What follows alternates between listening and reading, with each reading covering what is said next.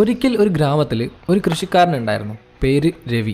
രവിയുടെ സ്വപ്നം എന്ന് പറയുന്നത് തൻ്റെ ഫാമിലിയെ നന്നായിട്ട് സപ്പോർട്ട് ചെയ്യാൻ വേണ്ടിയിട്ട് നല്ലൊരു ബാംബു ഫാം, മുളയുടെ ഫാം ഉണ്ടാക്കുക എന്നതായിരുന്നു.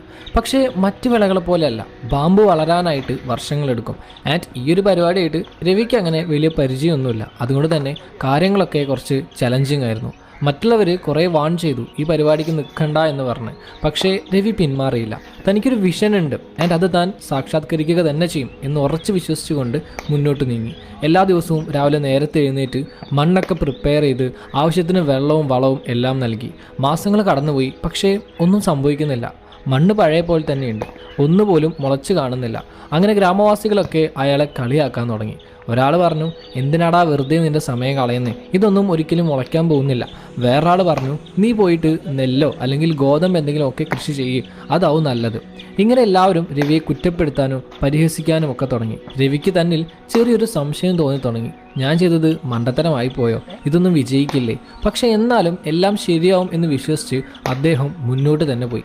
വർഷങ്ങളോളം അദ്ദേഹം പണിയെടുത്തു. എല്ലാ ദിവസവും രാവിലെ നേരത്തെ എണീക്കും, വിത്തിന് വെള്ളം ഒഴിക്കും, കളകളൊക്കെ കളയും, മണ്ണിന് വേണ്ടതൊക്കെ നൽകും. അങ്ങനെ 5 വർഷം കടന്നുപോയി. പക്ഷേ ഒരു വളർച്ചയും കാണുന്നില്ല. ഇത്രയൊക്കെ ആയപ്പോഴേക്കും രവിയുടെ കുടുംബവും രവിയെ ചോദ്യം ചെയ്യാൻ തുടങ്ങി. തൻ്റെ ഭാര്യ പറഞ്ഞു, നിങ്ങളിത് ചെയ്യാൻ തുടങ്ങിയിട്ട് 5 വർഷമായി, പക്ഷേ ഇത് വിജയിക്കുന്നില്ല. ഇങ്ങനെ പോയാൽ നമ്മളെങ്ങനെ ജീവിക്കും? ഇത് നിർത്തിക്കോളൂ, അതാ നല്ലത്. ഇത് കേട്ടപ്പോൾ രവിയുടെ കണ്ണുകളൊക്കെ നിറഞ്ഞു. പക്ഷെ അദ്ദേഹം നിർത്തിപ്പോവാൻ തയ്യാറായിരുന്നില്ല. അദ്ദേഹം പറഞ്ഞു, ഞാനിപ്പോൾ ഇത് നിർത്തിയാൽ എൻ്റെ ഈ 5 വർഷത്തെ പ്രയത്നവും വെറുതെ ആവും.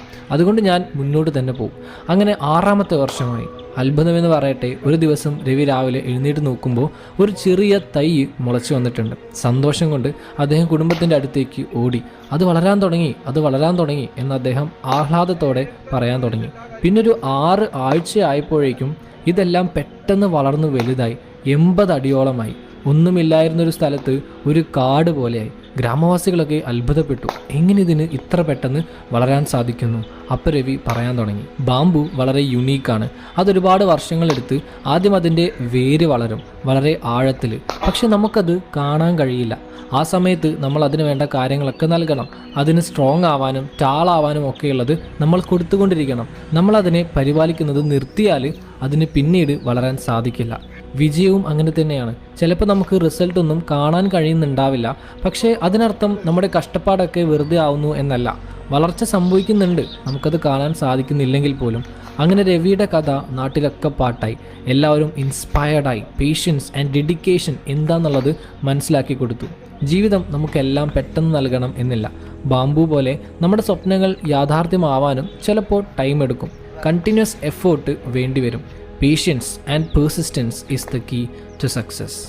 Keep going.